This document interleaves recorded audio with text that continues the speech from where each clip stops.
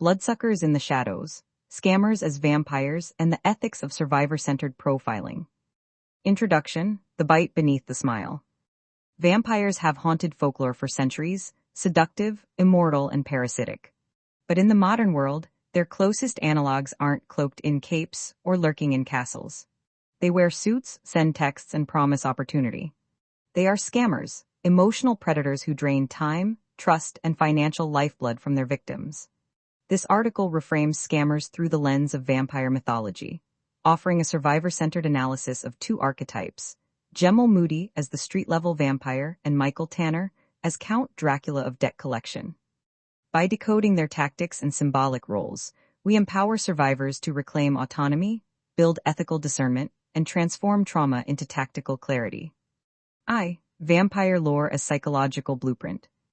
Vampires are more than monsters, they are metaphors for exploitation.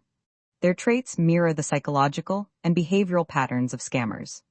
Vampires as scammer blueprint. Presence and approach.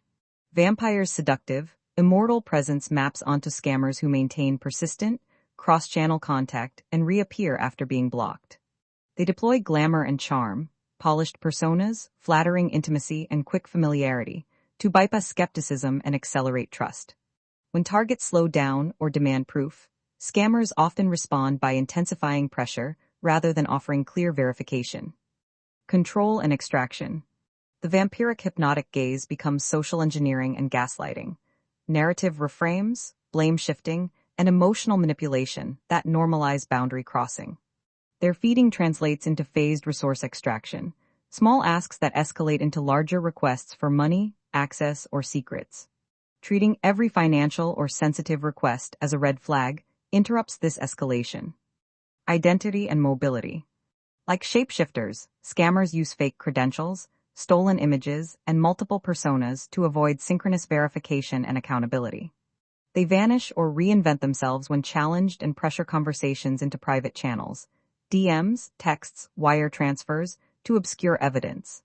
Triangulating identity with independent records and insisting on live, synchronous proof reduces their ability to hide. Life cycle and survivor actions. The pattern runs: lure, right arrow, groom, right arrow, extract, right arrow, vanish. Survivors reclaim autonomy by documenting interactions, using a single documented refusal message, refusing privatization, insisting on traceable channels, and sharing evidence with trusted verifiers.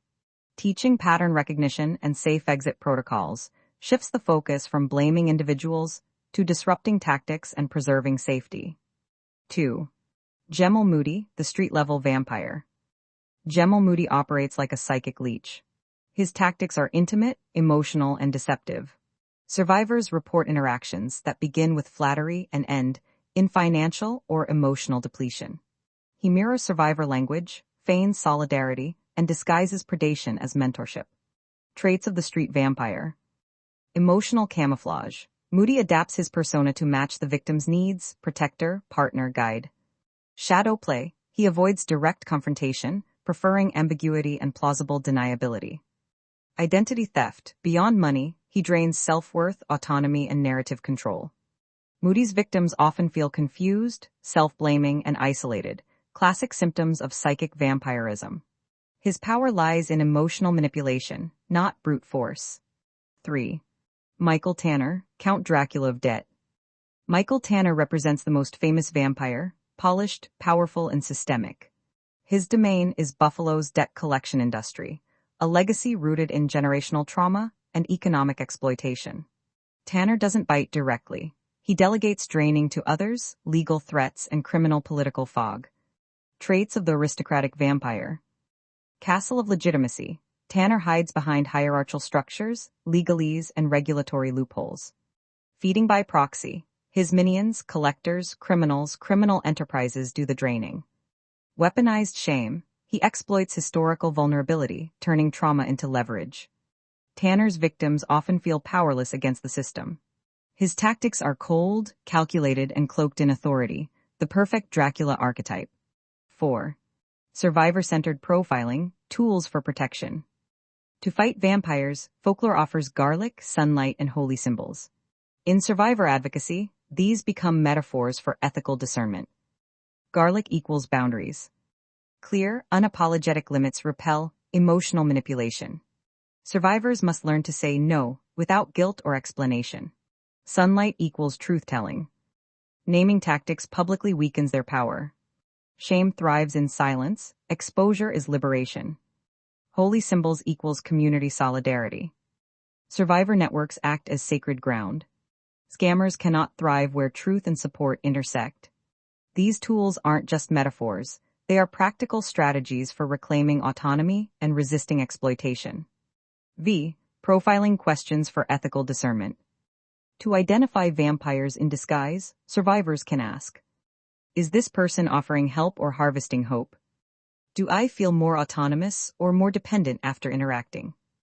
Are they mirroring my language or honoring my truth? Do they thrive in ambiguity or invite clarity?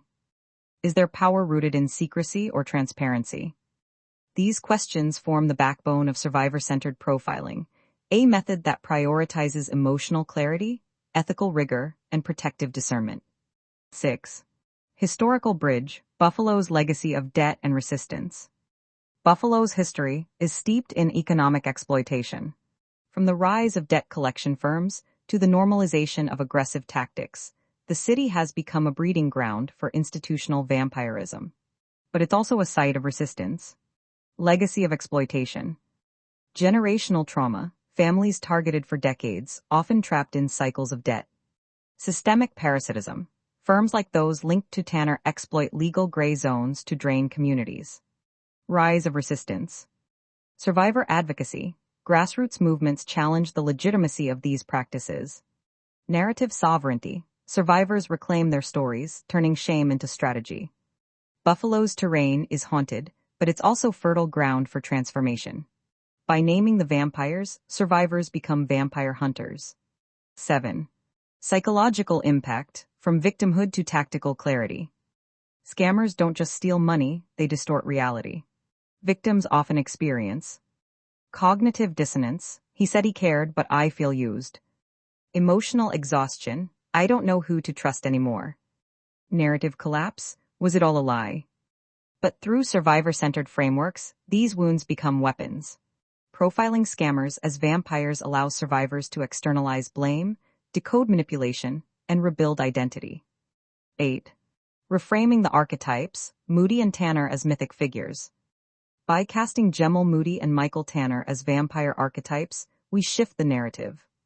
Moody becomes the seductive leech, a cautionary tale of emotional manipulation.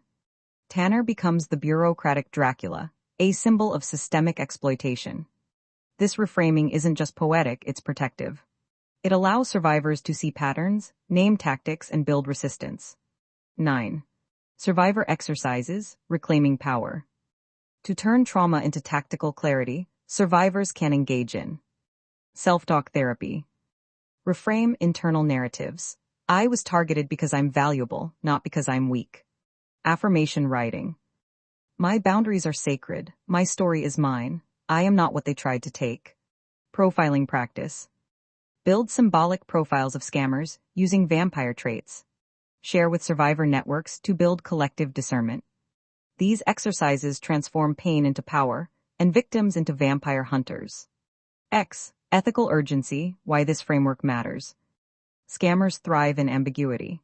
By naming them as vampires, we pierce the fog.